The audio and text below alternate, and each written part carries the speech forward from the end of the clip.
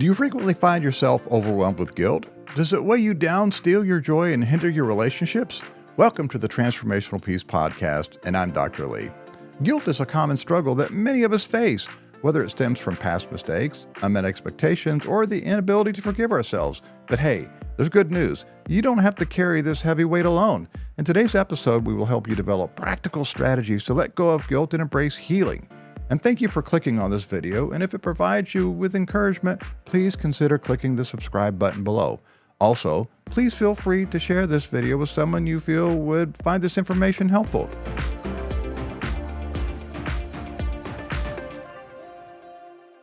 Hello friends, thanks for joining me. And today we will be discussing feeling guilty? Here's why. We will begin to explain how guilt and shame operate in our lives.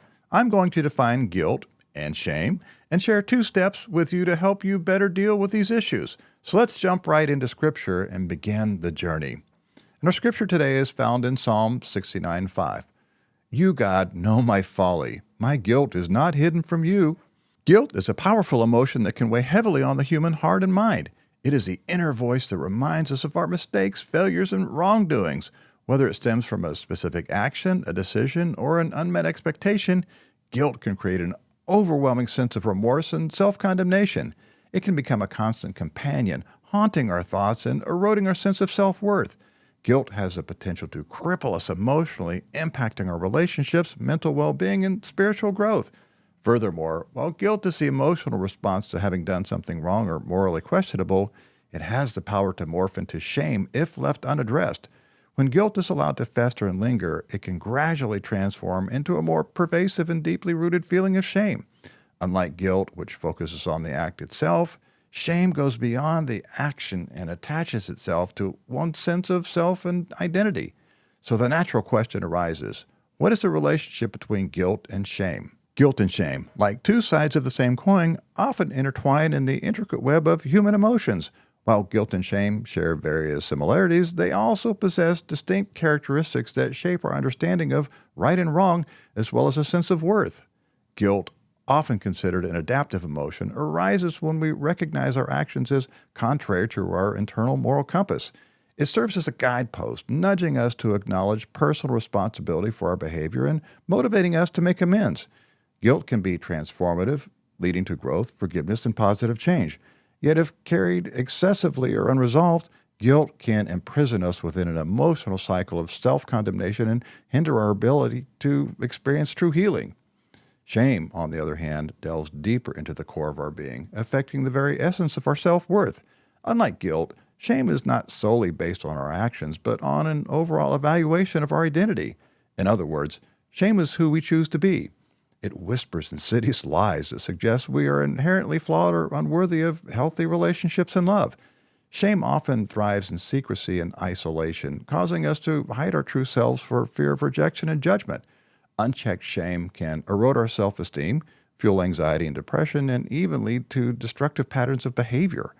It whispers lies of unworthiness and inadequacy, convincing individuals that they are inherently flawed and undeserving of love and acceptance. Shame seeps into the core of one's being, tainting relationships and self-esteem. As guilt reinforces the belief that one has done something wrong, shame perpetuates the belief that one is fundamentally flawed. So what do we do with this dilemma, or how do we navigate the complex relationship between guilt and shame? Choosing to see and use guilt and shame in a constructive way requires courage and a commitment to personal growth. It involves learning to discern between healthy remorse and debilitating self-condemnation, and between healthy accountability and toxic self-judgment. Guilt and shame are emotions that, when understood and harnessed effectively, can become catalysts for personal growth, healing, and transformation.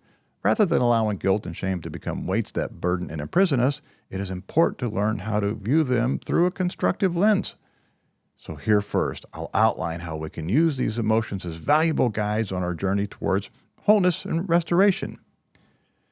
Guilt is a pervasive emotion that could weigh heavily on an individual's conscience. Guilt is often triggered by our own actions or choices, serves as an internal compass, guiding us to recognize when we have acted in ways that contradict our values and principles. An example would be a devoted mother who found herself consumed by guilt after losing her temper with her children during a particularly stressful day. In a moment of frustration, she spoke harshly and lashed out, leaving her children visibly upset. Overwhelmed by remorse, she replays the incident in her mind countless times, plagued by guilt. The weight of her actions weighed heavily on her heart, causing her to question her worth as a mother. As with this example, instead of suppressing or denying guilt, we can embrace it as an opportunity for self-reflection and growth. It invites us to acknowledge our mistakes, make amends, and take responsibility for our actions. By using guilt constructively, we can learn from our past behaviors, make positive changes, and strive to live in alignment with our deepest convictions. Shame, in contrast, often arises from a sense of deep-seated inadequacy or unworthiness.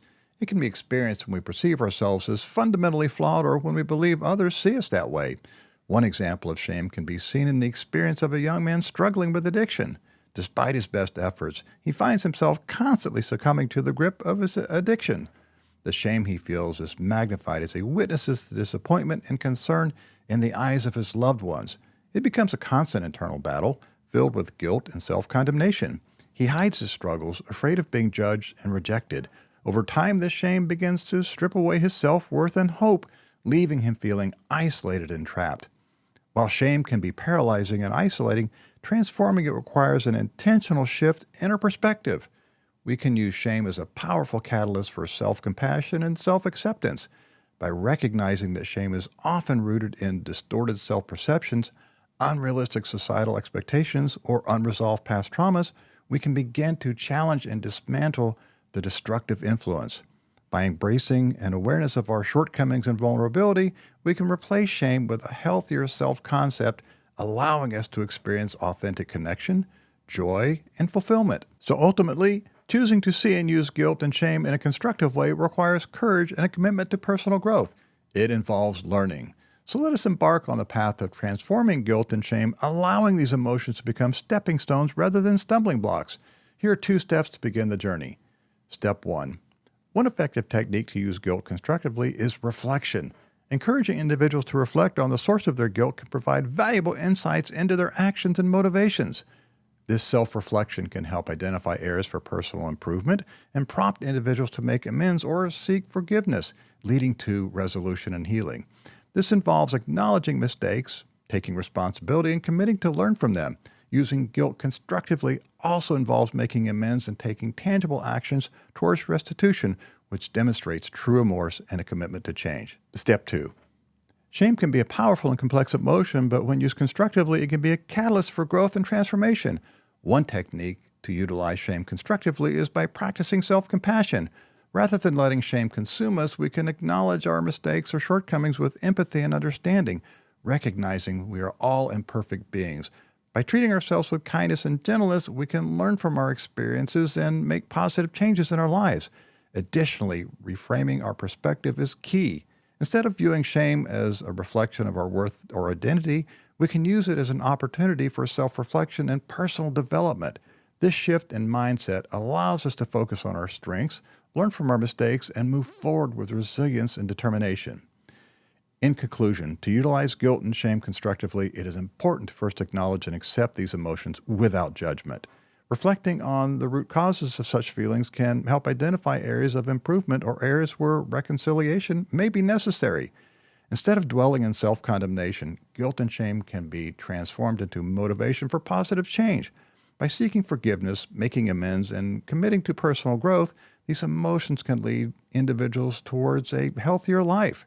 It is crucial to remember that guilt and shame should never be used to degrade or belittle oneself, but rather as catalysts for personal reflection and positive transformation.